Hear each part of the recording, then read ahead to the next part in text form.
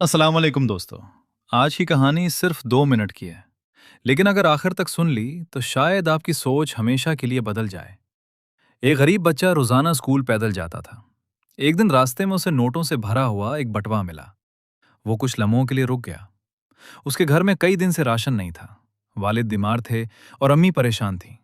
उसने सोचा, अगर मैं ये पैसे रख लूं तो शायद हमारे सारे मसले खत्म हो जाएं। लेकिन फिर उसे अपने उस्ताद की एक बात याद आई। ईमानदारी वो दौलत है जो कभी खत्म नहीं होती।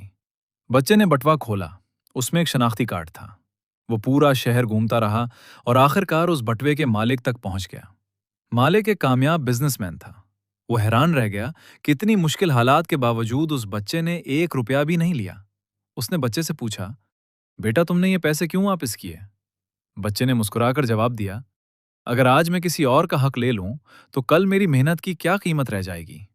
ये जवाब सुनकर वो शख्स खामोश हो गया। चंद दिन बाद उसने बच्चे की पूरी तालीम का खर्च अपने जिम्मे ले लिया। साल गुजर गए।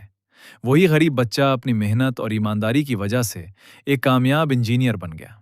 और एक दिन उसने अपने उस्ताद से कहा, मुझे कामयाब पैसों ने नहीं, एक सही फैसले ने बनाया।